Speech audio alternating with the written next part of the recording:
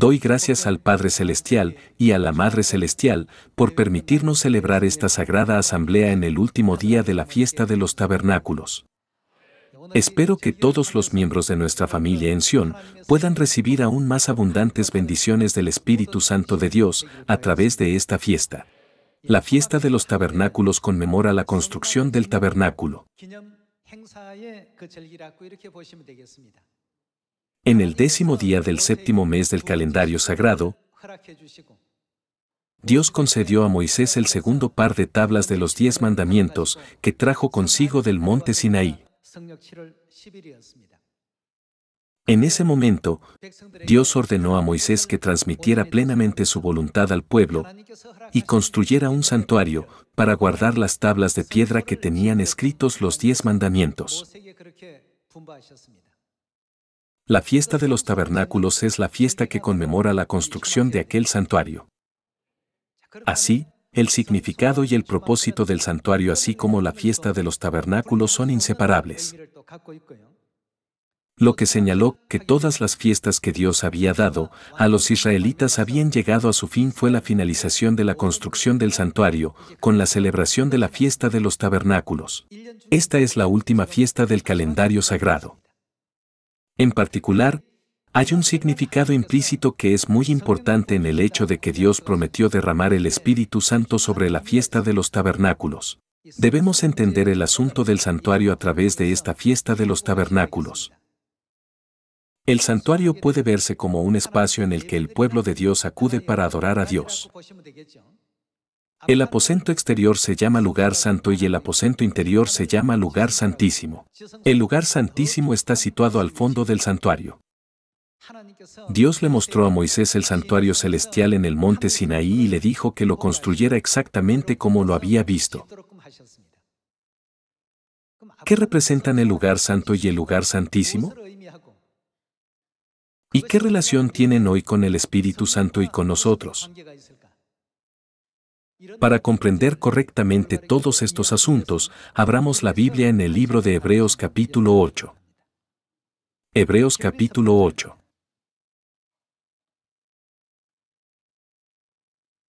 En Hebreos capítulo 8 versículo 5, está escrito: los cuales sirven a lo que es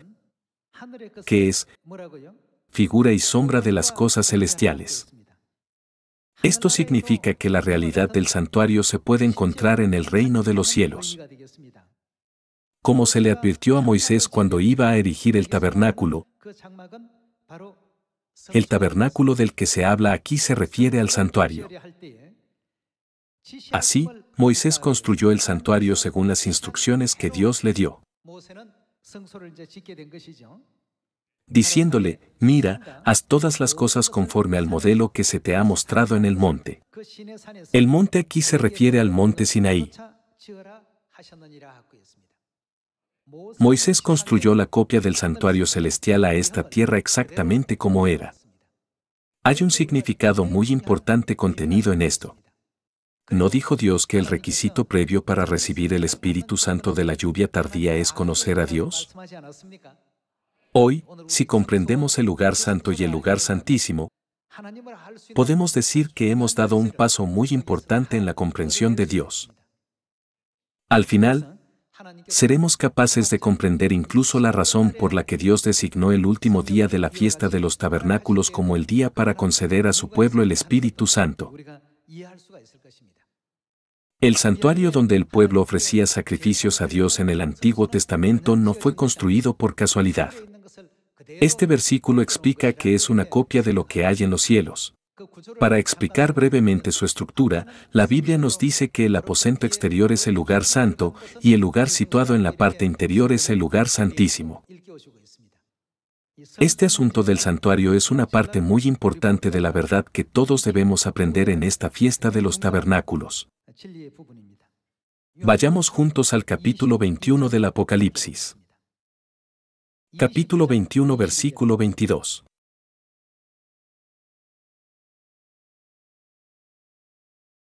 Y no vi en ella templo, porque el Señor Dios Todopoderoso es el templo de ella y el Cordero. ¿Quién es el templo? ¿A quién se refiere el Cordero? Por lo tanto, aquí, la Biblia nos enseña que Jesús es el templo. A lo largo de la Biblia, el templo también se conoce como el tabernáculo, el santuario, el lugar santo y el tabernáculo de reunión. Cuando el santuario móvil se convirtió en un edificio fijo, se le denominó templo. Sin embargo, ambos indican lo mismo. Sin embargo, si nos fijamos en las palabras dadas en el versículo 22, está escrito: y no vi en ella templo, porque el Señor Dios Todopoderoso es el templo de ella, y el Cordero. Saquemos una pequeña pista de este versículo y continuemos con el Evangelio de Juan. La Biblia expresa al Cordero, es decir, a Jesucristo, como el templo. Pasemos al libro de Juan capítulo 2. Leamos juntos el libro de Juan capítulo 2 versículo 20.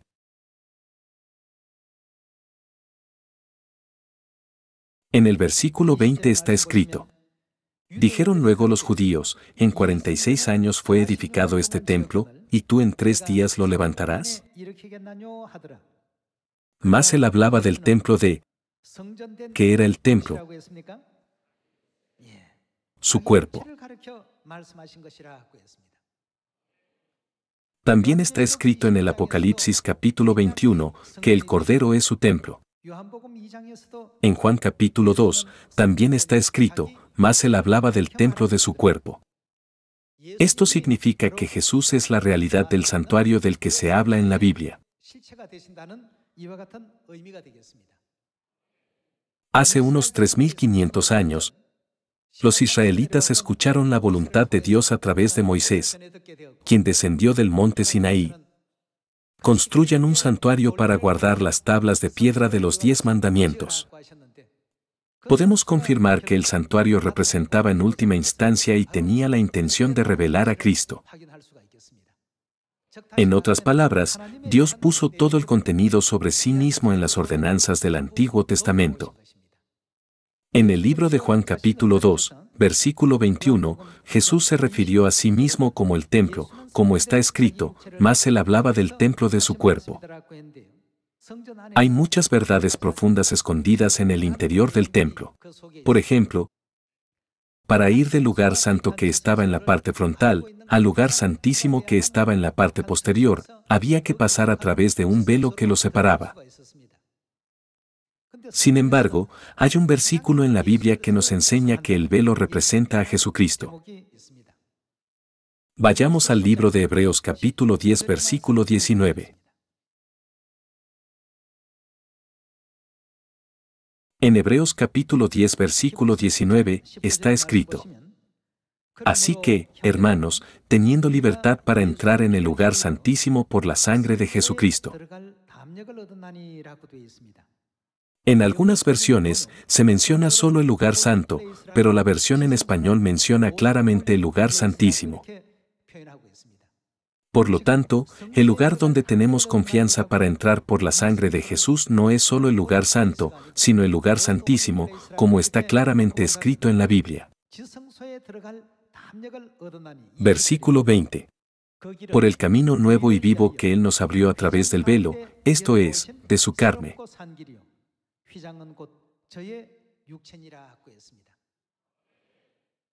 La Biblia nos enseña que todo el templo representa a Jesús, y también nos enseña que la cortina también representa a Jesús.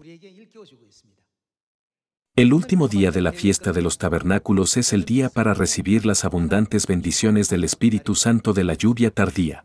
¿Qué estableció Dios como requisito previo para recibir el Espíritu Santo?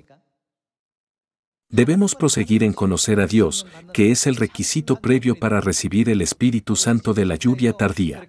¿No lo testificó el Padre en el libro de la verdad? Hoy, si comprendemos el lugar santo y el lugar santísimo, llegaremos a tener una comprensión plena de Dios. Por eso Dios estableció la fiesta de la construcción del tabernáculo como la última fiesta. Dios quiere que sus hijos en esta tierra se den cuenta del secreto del lugar santo y del lugar santísimo.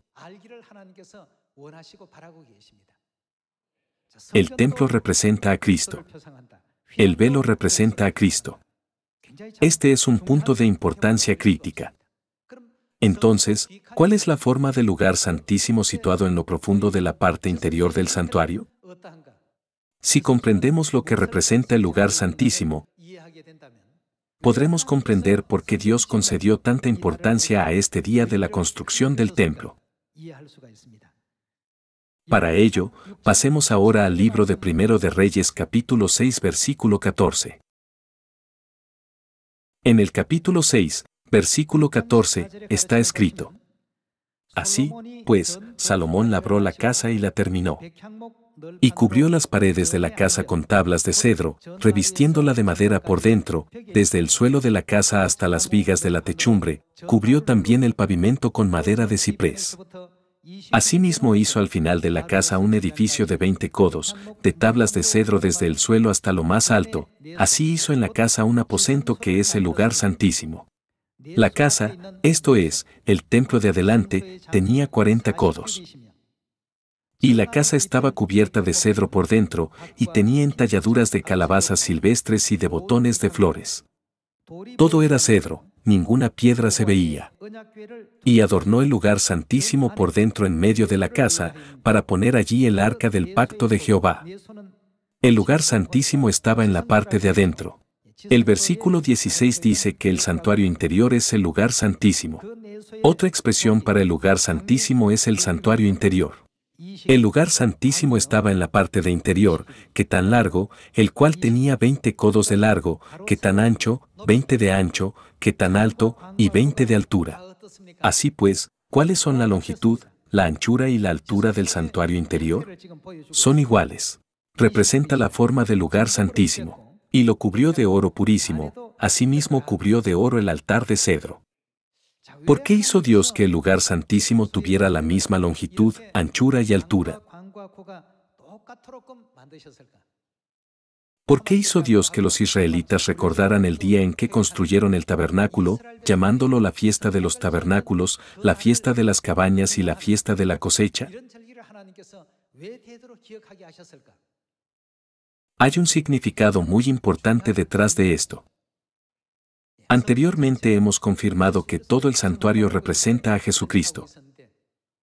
Sin embargo, cuando miramos dentro del santuario, el lugar santo en la parte delantera y el lugar santísimo en la parte trasera estaban separados. El lugar santísimo tenía 20 codos de longitud, 20 codos de ancho y 20 codos de alto. Su largo, ancho y alto eran todos iguales. ¿Cuál es la razón por la que Dios lo diseñó así y luego nos lo mostró? Encontremos la respuesta a esta pregunta en el libro del Apocalipsis capítulo 21.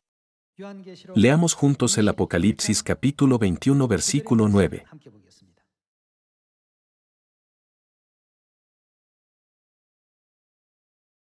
Vino entonces a mí uno de los 7 ángeles que tenían las 7 copas llenas de las 7 plagas postreras, y habló conmigo, diciendo: Ven acá, yo te mostraré la desposada, la esposa del Cordero. Aquí aparece la esposa del Cordero.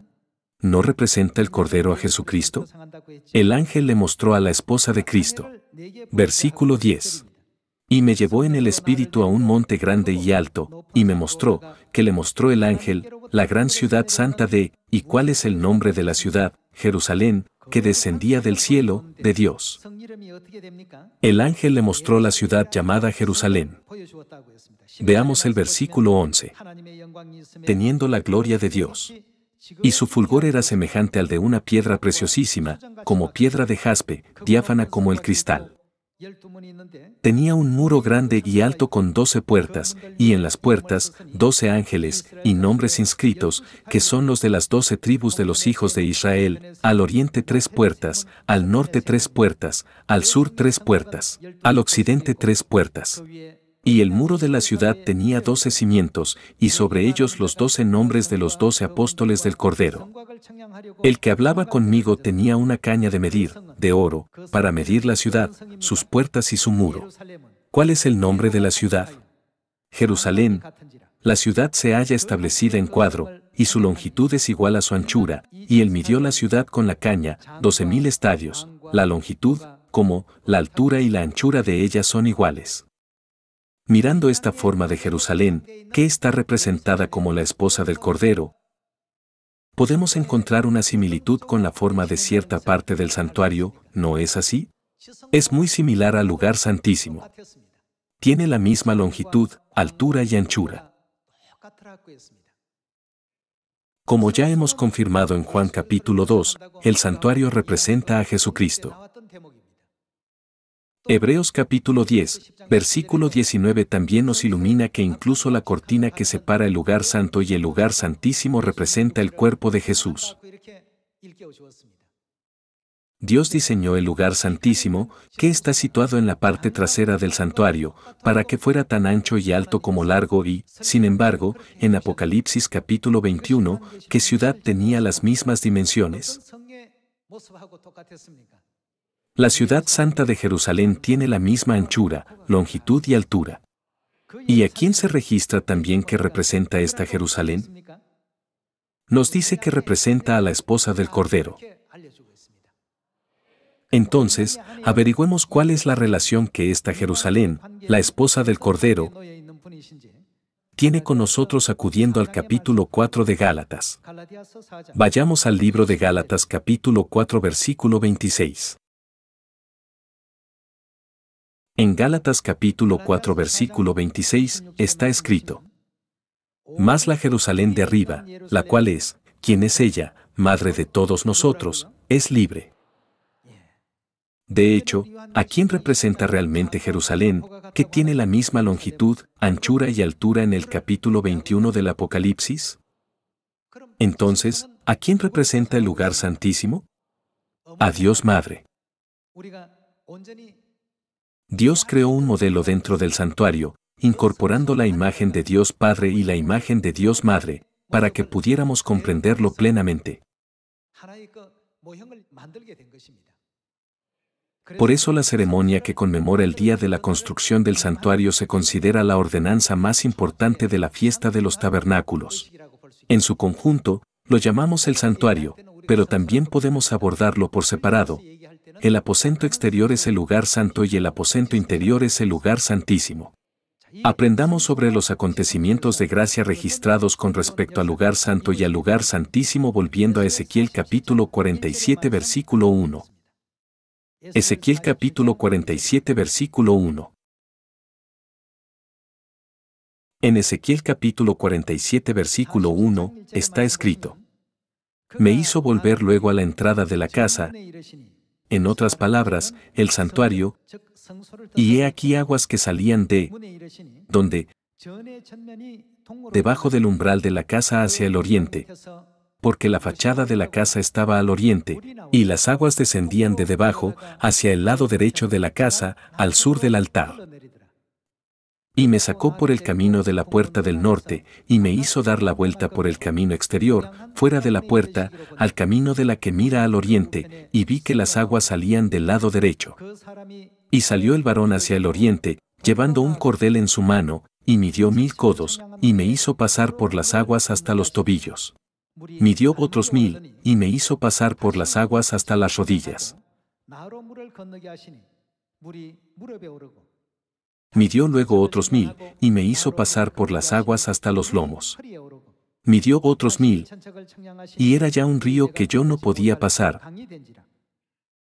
porque las aguas habían crecido de manera que el río no se podía pasar sino a nado. ¿De dónde salió el agua?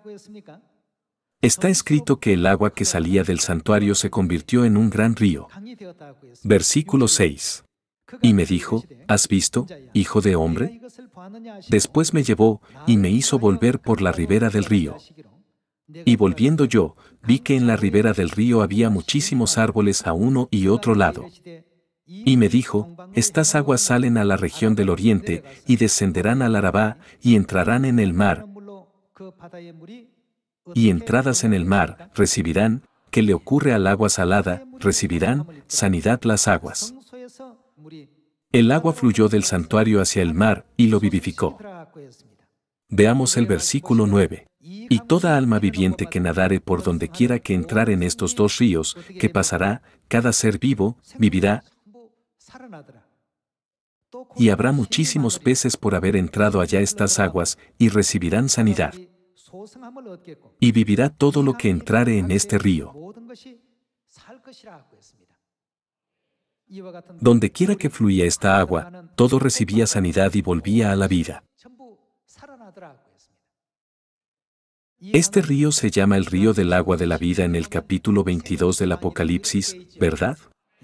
Versículo 10. Y junto a él estarán los pescadores, y desde En-Gadi hasta En-Eglaim será su tendedero de redes. Y por sus especies serán los peces tan numerosos como los peces del mar grande. Sus pantanos y sus lagunas no se sanearán, quedarán para salinas. Y junto al río, en la ribera, a uno y otro lado, crecerá toda clase de árboles frutales, sus hojas nunca caerán, ni faltará su fruto. A su tiempo madurará, porque sus aguas, de donde vino esta agua, salen del santuario.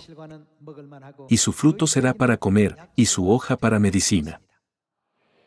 Está escrito que el agua de la vida fluye del santuario, y todos los seres vivos del mar cobran vida a través del agua que proviene del santuario. Según el libro del Apocalipsis capítulo 17, versículo 15, el mar representa a la sociedad humana. Cuando el agua de la vida desemboca en el mar, ¿qué representa a la sociedad humana? Vaya a donde vaya el agua, llegue a donde llegue, ¿qué les ocurre a todos los seres vivos? Todos vuelven a recibir sanidad. Ocurren milagros tan misteriosos. El agua de vida que el Padre y la Madre conceden a la humanidad es la fuerza motriz que concede vida y salva a toda la humanidad. Esto es lo que Dios nos ilumina a través de la fiesta de los tabernáculos.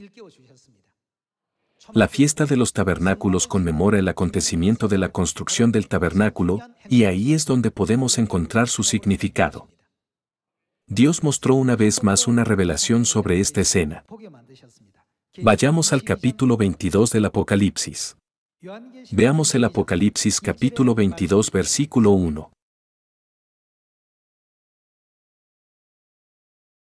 Capítulo 22 versículo 1. Después me mostró un río limpio de agua de vida, resplandeciente como cristal, que salía del trono de Dios y del Cordero. En medio de la calle de la ciudad, y a uno y otro lado del río, estaba el árbol de la vida, que produce 12 frutos, dando cada mes su fruto. ¿No es lo mismo que el capítulo 47 de Ezequiel? Ezequiel capítulo 47 también dice que darán fruto cada mes. Y las hojas del árbol eran para la sanidad de las naciones. Y no habrá más maldición, y el trono de Dios y del Cordero estará en ella, y sus siervos le servirán, y verán su rostro, y su nombre estará en sus frentes. No habrá allí más noche, y no tienen necesidad de luz de lámpara, ni de luz del sol, porque Dios el Señor los iluminará, y reinarán por los siglos de los siglos. Para concedernos esta bendición, Dios describe la misma escena que se encuentra en Ezequiel capítulo 47 en el versículo 17. Apocalipsis capítulo 22 versículo 17. Y el Espíritu y la esposa dicen. Puesto que hoy es la fiesta de los tabernáculos, leamos este versículo teniendo en cuenta el contexto del santuario. El lugar santo y el lugar santísimo dicen, ¿qué dicen? Ven. Y el que oye, diga, ven. Y el que tiene sed, venga, y el que quiera, tome del agua de la vida gratuitamente. ¿Qué dice que sucede donde quiera que fluye el agua de la vida? Está escrito que todo vivirá. Por esta razón, ¿qué dijo Dios en Juan capítulo 7 versículo 37 sobre el último día de la fiesta de los tabernáculos? En el Evangelio de Juan, el Padre gritó solo, si alguno tiene sed, venga a mí y beba. En el capítulo 22 del Apocalipsis, ¿quiénes aparecieron juntos? El Espíritu y la esposa, que son el lugar santo y el lugar santísimo, dicen, el que tenga sed, que venga a mí y reciban el agua de la vida, para que sean salvos y vivan. Yo testifico a todo aquel que oye las palabras de la profecía de este libro, si alguno añadiere a estas cosas, Dios traerá sobre él las plagas que están escritas en este libro. Y si alguno quitare de las palabras del libro de esta profecía, Dios quitará su parte del libro de la vida y de la santa ciudad y de las cosas que están escritas en este libro. sin añadir ni quitar nada. Debemos comprender plenamente y darnos cuenta correctamente del significado de esta fiesta de los tabernáculos y la razón por la que Dios mostró a Moisés el santuario celestial y le ordenó construir una copia del mismo en esta tierra el día de la fiesta de los tabernáculos. Para ello, todos los israelitas reunieron de todo corazón el material para el tabernáculo. En este sentido, Dios nos ha enseñado que nuestros hermanos y hermanas perdidos en esta época son considerados como los materiales utilizados para construir el templo. Por lo tanto, debemos predicar la palabra de Dios a todas y cada una de las almas, despertarlas y enseñarles, para que puedan recibir el agua de vida que viene de Dios y sean salvas. Todos debemos dedicarnos a esta obra de salvar a toda la humanidad. Cuando aceptemos, recibamos, creamos, comprendamos y pongamos en práctica las palabras del Padre Celestial y de la Madre Celestial, la salvación de la humanidad se completará. Mientras reflexionamos sobre esto, comprendamos el profundo significado de las palabras que nos da la Biblia, construyan el tabernáculo, que fueron pronunciadas en esta fiesta de los tabernáculos, para que todos los hermanos y hermanas de Sión fortalezcan aún más su fe en el Padre Celestial y en la Madre Celestial. Si testificamos diligentemente al Padre y a la Madre, las tinieblas sin duda se retirarán. ¿No dice en el libro de Juan capítulo 1 que Dios es luz? La oscuridad desaparece donde quiera que brille la luz. Por lo tanto, prediquemos diligentemente. Nuestro santo Dios Elohim vino como la luz a este mundo oscuro. En última instancia, podemos descubrir que la voluntad de Dios de dar a conocer a Dios Padre y a Dios Madre estaba oculta dentro del santuario. Con la esperanza de que todos los miembros de nuestra familia de Sión tengan una fe firme en el Padre y la Madre y entren en el reino eterno de los cielos, quisiera concluir el sermón de hoy. Muchas gracias.